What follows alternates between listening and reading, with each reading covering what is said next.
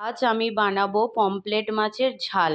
এই রেসিপিটি বানানোর জন্য আমি পমফ্রেট মাছটাকে ভালো করে ধুয়ে বেছে নিয়েছি। এখন আমি এর মধ্যে দিয়ে দেবো নুন, হলুদের গুঁড়ো,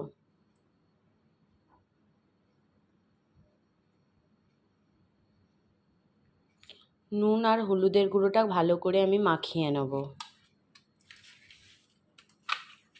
নুন আর হলুদের গুঁড়োটা আমি ভালো করে প্রত্যেক কটা মাছে মাখিয়ে দিয়েছি। এই রকম অবস্থায় এখন আমি 5 মিনিট মতো রেখে দেবো। ততক্ষণ আমি গ্যাসে কড়াই বসিয়ে কড়াই গরম হতে দিয়ে দিয়েছি। কড়াইটা গরম হয়ে গেছে। এখন আমি এর মধ্যে দিয়ে দেবো সর্ষের তেল।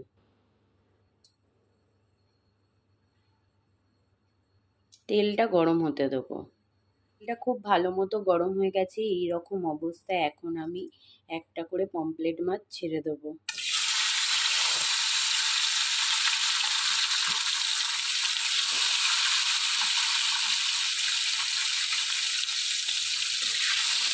মাছগুলোকে আমি তেলে ছেড়ে ভালো করে সাজিয়ে নিয়েছি। এবার একটা দিক ভালো করে ভেজে নেব। পমফ্রেট মাছগুলোর একটা দিক ভাজা হয়ে গেছে। এখন আমি উল্টে দেবো। সবকটা মাছকে আমি উল্টে দিয়েছি। এখন আর একটা দিক ভেজে নেব।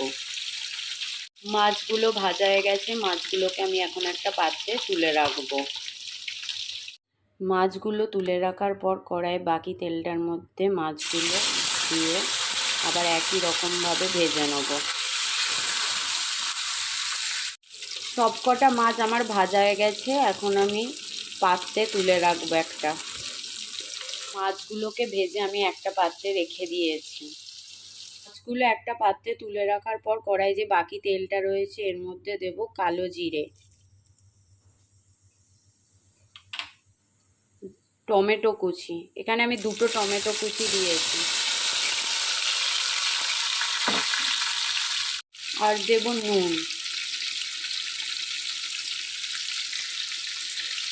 নুন, টমেটো কুচি ভালো করে 2-3 মিনিট মতো ভেজে নেব যাতে টমেটোগুলো সেদ্ধ হয়ে যায়।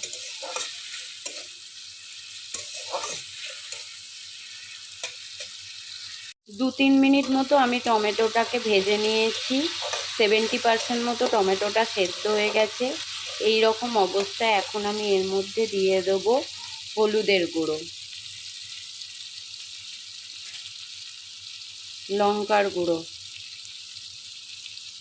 হলুদের গুঁড়ো আর লঙ্কার গুঁড়োটাকে আমি ভালো করে মিশিয়ে নিয়ে 1 মিনিট মতো কষিয়ে নেব। 1 মিনিট মতো কষিয়ে নেওয়ার পর এখন আমি এর মধ্যে দিয়ে দেবো সাদা কালো সর্ষে বাটা আর লঙ্কা বাটা।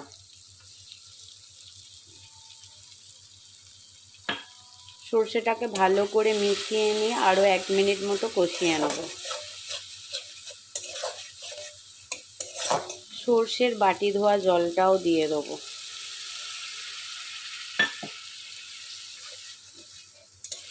এক মিনিট মতো আমি কষিয়ে নিয়েছি। মশলাটা দিয়ে খুব সুন্দর তেল ছেড়েছে। এই রকম অবস্থায় এখন আমি এর মধ্যে দিয়ে দেবো কাঁচা লঙ্কা আর দেবো ধনেপাতা কুচি। কাঁচা লঙ্কা আর ধনেপাতা কুচিটাকে ভালো করে মিশিয়ে নেব। কাঁচা লঙ্কা আর ধনেপাতা কুচিটাকে আমি ভালো করে মিশিয়ে নিয়েছি। এই রকম অবস্থায় এখন আমি এর মধ্যে দিয়ে দেবো জল। পরিমাণ মতো জল দিয়ে দিয়েছি। জলটা ফুটছে। আমি প্রথমে টমেটো সেদ্ধর জন্য নুন দিয়েছিলাম, আর একটু নুন লাগবে তাই নুন দিয়ে দিলাম। জলটা খুব ভালো মতো ফুটছে। এই রকম অবস্থায় এখন আমি ভেজে রাখা মাছগুলো এর মধ্যে দিয়ে দেবো।